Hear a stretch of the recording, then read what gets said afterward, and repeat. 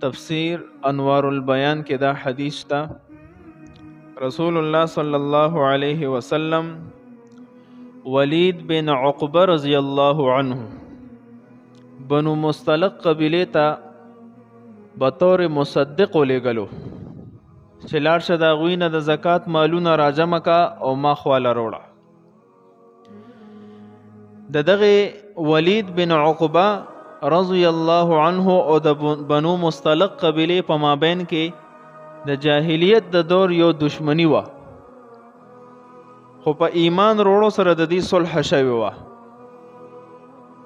نو چې کله دا روان شو قبیله خواته نږدې شو، قبیله والو ته اندازو شو چې د نبی علیہ الصلوۃ والسلام قاصد را روان دی. نو بطور استقبال د قبیله نه روتل او بار ودرېدل بطور اکرام.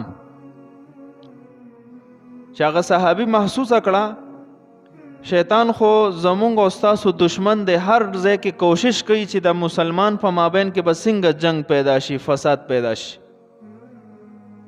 نو ولید رضی الله عنه په زړه کې یو وسوسه واچوله چې دا خلق د قبیلې نه روتل جوړې د هغه زړې دشمنۍ په وجه باندې زما د قتل اراده لري. نو ولید رضی الله عنه دا خپل لارې نه واپس شو، نبی علیہ الصلوۃ والسلام خواله لاړو.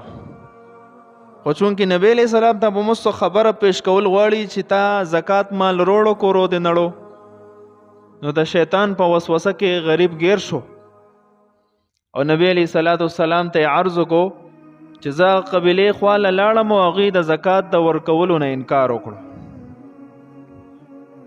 او زما د قتل اراده م لرله، کوشش یې وکړو زما د قتل، زه ته الله بچ کړم.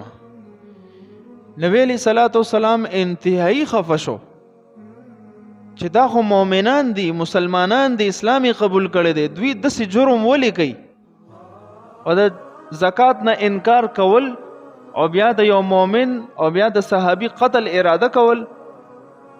انتهایی خفه شو. نو د جهاد اراده ورسره وفرمایله. نبی علیہ الصلوۃ والسلام فرمایي چې د دې خلاف چې دی د زکات د فرضیت نه منکر دي، اوس به سره جهاد کو. او ال د قبیله والا استقبال کې ولاړو چې دا صحابي واپس شو، دا غوی زړه کې یره پیدا شوه چې آیا ولې نبی علیہ السلام مونږ نه خفه شوی دی چې خپل قاصد واپس بوتلو. نغی مشوره وکړه او مشران یې جمع کړل، د نبی علیہ الصلوۃ والسلام خواله رالل.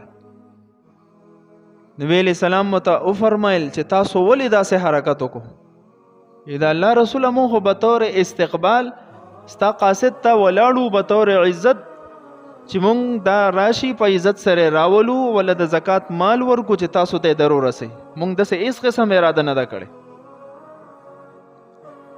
خو نبی علیہ الصلوۃ والسلام د دې په دې خبرو اعتماد نه کړو چې دوی دروغ وایي.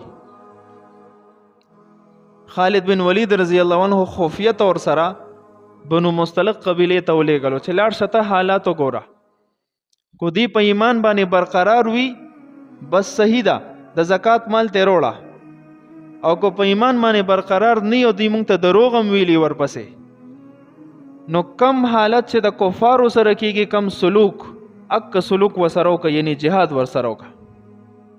خالد بن ولید رضی الله عنه چې لاړو د هغې د حالاتو جایزه یې واخیسته، بالکل په ایمان برقرارو. زکات مال یې ترې راوړو، نبی علیہ السلام ته پیش کو. نبی علیہ الصلوۃ والسلام ته پوره صورت حال بیان کو. مفهوم حدیث چې نبی علیہ الصلوۃ والسلام ته پوره صورت حال بیان شو، دا آیات الله د سورہ حجرات نازل کو چې اے ایمان والو ان جاءکم فاسق بنبأ، کو تاسو ته یو فاسق انسان څه خبر درکي.